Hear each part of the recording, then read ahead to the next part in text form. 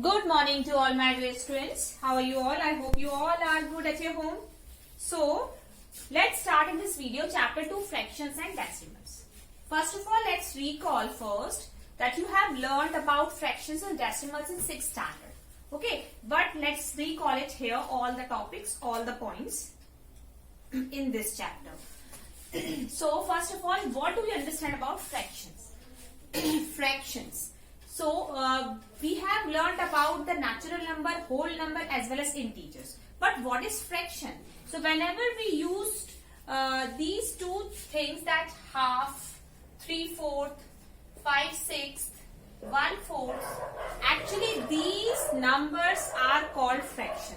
In that case, this first part, the upper part is called the numerator and the lower part is called denominator. You know very well. So let's recall it, revise it here. But here 1/2. What is the meaning of 1/2 here? According to the number that is written in the denominator, it means we have divided the whole part into two parts. If we write, if we draw here a box, so according to this number 2 in the denominator, it means we have divided this whole part into two equal parts. Okay, and this number which is written in the numerator in the upper part, it means this one part out of two equal parts. Or you can also show it by pictorial representation like this, and you can also shade this part. So it means this pictorial representation shows 1/2 fraction. Okay, and same as 3/4, it means according to the number we have divided one whole part into 4 equal parts, and 3 parts are shaded. You can also shade these 3 parts so that we can easily draw, we can easily define this 3/4 according to by this pictorial representation. So this shows that 3/4. This is 3/4. Okay. So by this pictorial representation, you can easily define this is the 3/4 fraction. Okay. Always remember this thing. This is important. And I have told you that this is called numerator and this is called denominator. So what is the perfect definition of fractions? So fractions are always defined in the form of A/B. Okay. Here A is called numerator and B is called denominator. Okay. And here all these A and B belongs to whole number. This symbol shows belongs to. This A and B are whole numbers. So you can also write like this. A and B are whole numbers. Here A and B are whole numbers. Whole numbers. And B is never equal to 0. Okay? This is important. So the definition, the correct definition is the fractions are in the form of A/B, where A and B are whole numbers and B is not is equals to 0. And here A is called numerator and B is called denominator. Because B is not is equals to 0. Why we say that? Because actually whenever we write 1/0, this never defined. This is not defined. This is undefined value. Because we cannot divide any number by 0. Okay, always remember this thing. So if 0 is written in the denominator, so that value, that fraction is undefined fraction. That is why we also have to write in the definition that B is not is equals to 0. Okay, the next one is equivalent fractions. So what are equivalent fractions? Now let's understand here. Not understand, let's recall here because you have already learned about this in 6th standard. So equivalent fractions. Whenever we have to find the equivalent fraction, then what we have to do? We can find the equivalent fraction by multiplying as well as divide the numerator and the denominator value by the same non-zero number. Okay, what I am saying is here equivalent fraction. Equivalent fractions, whenever we take 1/2 and we have to find the equivalent fraction of 1/2, so what we can do? We can multiply the number, the numerator and denominator by the same number. So let's take here 2. Okay. So here 2/4. It means 2/4 is the equivalent fraction of 1/2. So that we can easily find some other equivalent fraction as well. Because when we cut it, when we cancel out these numbers, again we get 1/2. Okay. So it means this 2 upon 4 is the equivalent fraction of 1 upon 2. And the other numbers we can find when we multiply this 1 upon 2 by the same number, which is 3, and here 2. So here 3 upon 6. When we cancel out this number, again we'll get 1 upon 2. So 3 upon 6 is the equivalent fraction of 1 upon 2. So 1 upon 2, 2 upon 4, 3 upon 6, all are equivalent fractions, and so on you can find the some other equivalent fraction as well. Okay, so this is equivalent fraction. Now the next topic is kinds of fractions. First of all, like fractions. You know very well like fractions. What are like fractions? So like fractions in the fractions in which the denominators are same. Or we can say the fractions like having the same denominator are called like fractions. For example, 1 upon 2, okay, 5 upon 2, 3 upon 2, all are like fractions because in all these fractions you can see denominators are same. So these fractions are called like fractions. Unlike fractions, those fractions having the different denominators are called unlike fractions. Like we can say that 2 upon 3, 4 upon 5, 6 upon 7. You can see here these fractions. In all these fractions, the denominators are different. So these are called unlike fractions. Okay, the next is proper fractions. Proper fractions, improper fractions, and proper fractions. Proper fractions, improper and mixed fractions. So proper fractions. Those fractions in which numerator is less than the denominator is called proper fractions. Like this 1 upon 2, 2 upon 3, 3 upon 4. In all fractions you can see the numerator is less than the denominator. Numerator is less than the denominator. So these fractions are called proper fractions. Improper fractions in which the numerator is greater than the denominator. Those fractions are called improper fractions. Okay. So improper fractions, what are improper fractions? Like this you can write here, improper fractions. Improper fractions. Okay. So like 4 upon 3, 5 upon 4, 8 upon 7. So numerator is greater than the denominator. These fractions are called improper fractions. Okay. Now the next one is, how can we find the simplest form, lowest form? Okay, standard form. All the words are same actually. Standard you can say, or simplest or lowest. Simplest or lowest form. Okay. So where's 8 upon 16, and we have to find the simplest form of 8 upon 16. So we can cancel out these numbers, or you can say that we have to cancel out these numbers when we get the highest common factor between these two numbers is 1. It means we can cancel out by 2. So here 4 and here 8 again. So here 1 upon 2. Again, can we cancel out these numbers? No. So it means this is the simplest form, lowest form, or you can say standard form. Okay, and also you can find the simplest form by using the division method. Okay, division method. So you can also find the highest common factor first of all between these two numbers by division method, and then you can easily find the simplest form. Like this same example, 8 upon 16. So first of all we have to find the highest common factor between these two, and then when we get the highest common factor, then we have to divide the numbers on both the sides. So we'll get the simplest form like this. So division method, we can find the highest common factor. Here first of all write 16 and here 2. 8 to the 16. So it means 8 is the highest common factor. So here we have to divide these numbers on both the side by 8. So we'll get here 1 upon 2. Okay. So this is the simplest form like this. So this method also you can use to find the simplest form. And now mixed fractions. So what are mixed fractions? First, now the last topic is mixed fractions. Mixed fractions, the combination of a whole number and the proper fraction is called the mixed fractions. So mixed fractions, what are mixed fractions now?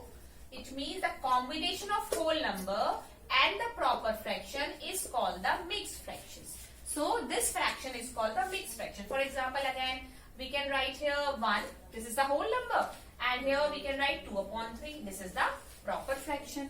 So this is also called the mixed fraction.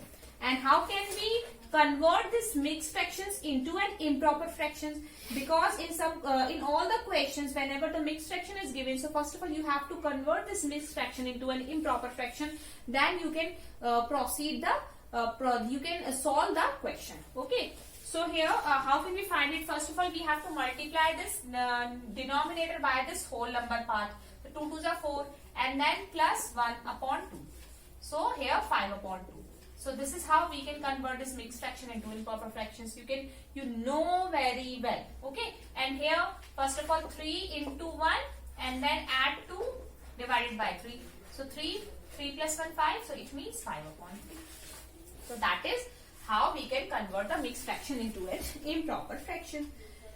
Okay. And whenever we are having this 5 upon 2, it means this is an improper fraction. And when some question asks that that we have to convert now this improper fraction into mixed fraction, so we can how can we write it? So first of all you need to first always remember this. First of all we have to write here quotient, here remainder, here divisor. So when we divide this 5 by 2, then we'll get here 4 and here 1. So when we have to write the improper fraction into mixed fraction, so first of all we have to write the quotient, this is 2, and remainder, this is 1, and the divisor, which is 2. So you can see here 2 is to 1 by 2. So this is how we can convert, and vice versa, this mixed fraction into improper or improper into mixed. Now the next topic is comparison of fractions. Let's understand about this. So the next is comparison of fractions. How can we compare the fractions? Which one is greater, smaller, or equal? Okay. So case first here. Whenever in all the fractions, the denominator value is same. So we can easily compare the numbers like if we are having 1 upon 2 and 5 upon 2. In that case you can see denominator is same. Okay, in these two fractions. So how can we compare it? By seeing the numerator value. Here 5 is greater than 1. So we can easily say that this 5 upon 2 is greater than 1 upon 2. Okay. This 5 upon 2 fraction is greater than 1 upon 2 when the denominator is same. Okay. Now the case second is when the numerator value is same. So in that case let's take here 2 upon 3 and here 2 upon 5. So when numerator is same, so here we have to, if the numerator is same, then the fraction having the smaller denominator is greater than the one having the larger denominator. So it means here actually 5 is greater than 3. But in that case, you can say that this 2 upon 3 is greater than 2 upon 5. Okay. In that case, that fraction is greater than which is having the smallest denominator. So this fraction will be the greatest fraction than the other fraction in case of when numerator value is same and denominator value is different. Okay, but in this case when the denominator is same, so by seeing the numerator value you can easily compare the fractions, and in case of numerator are same, so that we can easily compare these two fractions by seeing the denominator value, but denominator value is 3 is smaller than 5. So in that case 2 upon 3 is greater than 2 upon 5. Okay. So always remember this case. Okay. But in case number third, or you can say journal case, when both the fractions, it means both the values, numerator and denominator values are different, how can we compare the fractions? So in that case, let's take here again 1 upon 2 and 5 upon 3. Actually, you can see here numerator and denominator value in all these fractions are different. So that by cross multiplying method, this is the very easiest method to compare the fractions. In that case, we need to just multiply, cross multiply these numbers. First of all, we have to write this 1 into 3. First number into 3. Right, and on the left hand side and here right hand side, we need to write here 5 into 2. We get here 3 and here 5 to the 10. So actually right side value is greater than the left side value. It means right fraction is greater than the left fraction. So we can write here 5 upon 3 is greater than 1 upon 2. This is called the cross multiplying method. This is a very easy method. Or you can say here let's take 4 upon 13 and 2 upon 9. This is the another example. So in that case, when you have to find, when you compare these numbers, so what we have to do, we can actually, both the fractions are different. Numerator value, both the fractions have different numerator and denominator value. So cross multiply these numbers. So here 4 into 9, here 13 into 2. So what we get here, 36 and here 26. Okay, you can see here this 36 is greater than 26. It means this first fraction is greater than the second fraction. So we can write here 4 upon 13 is greater than 2 upon 9. Okay, so this is how you can compare these numbers. And by these comparison of the fractions, you can easily arrange the fractions in the ascending as well as in the descending order as well. Okay, and let's here solve one question. Question number 3 from exercise second A. Second A, let's solve it here.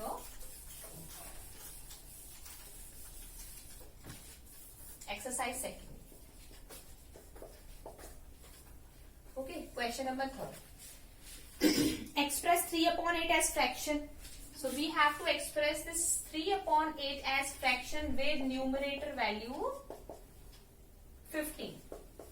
In that case, we need to write the numerator value as 15. Okay, how can we express it? Here 3, when we multiply this 3 by 5, then we will get the numerator value 15. But when we multiply this number in the numerator, so we have to also multiply the same number in the denominator as well. So we have to write like this. Now this fraction becomes 15 upon 40. Okay, so here numerator value is 15, and this is how we can express the fractions. Now one question also, let's solve it here. That is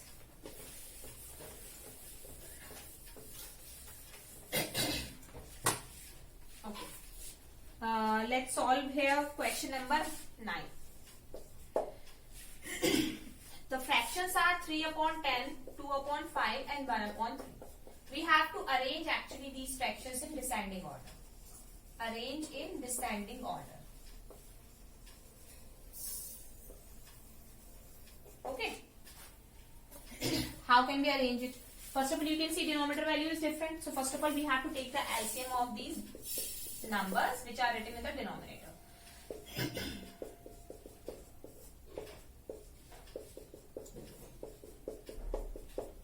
So 3 to the 6, 6 5, 30. So 30 is the LCM. According to this LCM, we need to change the denominator value. So first fraction is 3 upon 10. Now we can write it here 3 into 10 into 3. So that we can easily, so that we'll get the 30 in the denominator. But here because we are multiplying this 3 in the denominator, we have to also multiply this 3 in the numerator as well. So here we'll get 9 upon 30. Okay, and here 2 upon 5. Actually, we need to make this value, denominator value 30. So in that case, we need to multiply by 6, 12 upon 30. Okay, and the last one is 1 upon 3. So 1 upon 3, it means we need to multiply this by 10. So we will get here 10 upon 30. It means this fraction becomes 9 upon 30, this fraction becomes 12 upon 30, and this fractions become 10 upon 30. So in these three fractions, we can easily compare it. Because we have to arrange in descending order, it means from greatest to the smallest. So you can see here in all these three fractions, this one is the numerator value, this is the greatest numerator value. It means this fraction is the greatest fraction. So first of all, we can write here 12 upon 30, then 10 upon 30, and then 9 upon 30. Because these fractions are equivalent to these fractions, so we can write here like this. This one is the greatest, and this one is the greatest than this. So it means these fractions are in descending order. Because this fraction is equivalent to this fraction, so we can write here 2 upon 5 is greater than 1 upon 3, and then this one is greater than 3 upon n. Okay, like this.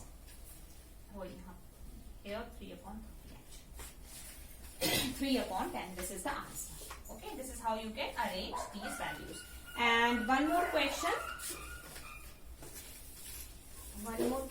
Let's solve it here. Question number 15, part A. Carefully you have to solve these questions. So here 6 is to 1 by 5, and then 4 is to 3 by 10, because you can see here bracket is here. So we need to first solve bracket. But first of all, we have to convert all these mixed fractions into an improper fraction. So 6 side is 30, 30 plus 1, 31 upon 5 here.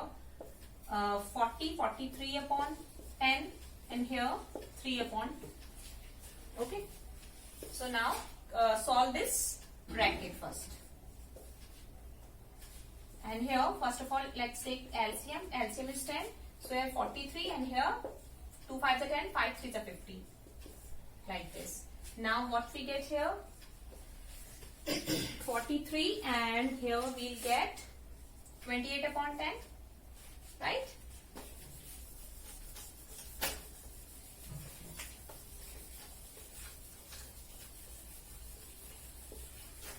Now again we need to take LCM. LCM is 10. So 5 2s are 10, and 2 into 31. So 62, and here minus 28. When we subtract it, then we get here 44 upon 10. This is the answer. We can also find the value in the simplest form as well. So we can cancel out it. Right? So here we'll get, this is not 44. Here 34. 34 upon 10. When we cancel out it, then what we get? We get the simplest form of this fraction. So cancel out by 2. So here 17 and 5. So 17 upon 5 is the answer. Okay, like this you can solve the remaining questions because I have already sent the PDF. Right? Thank you.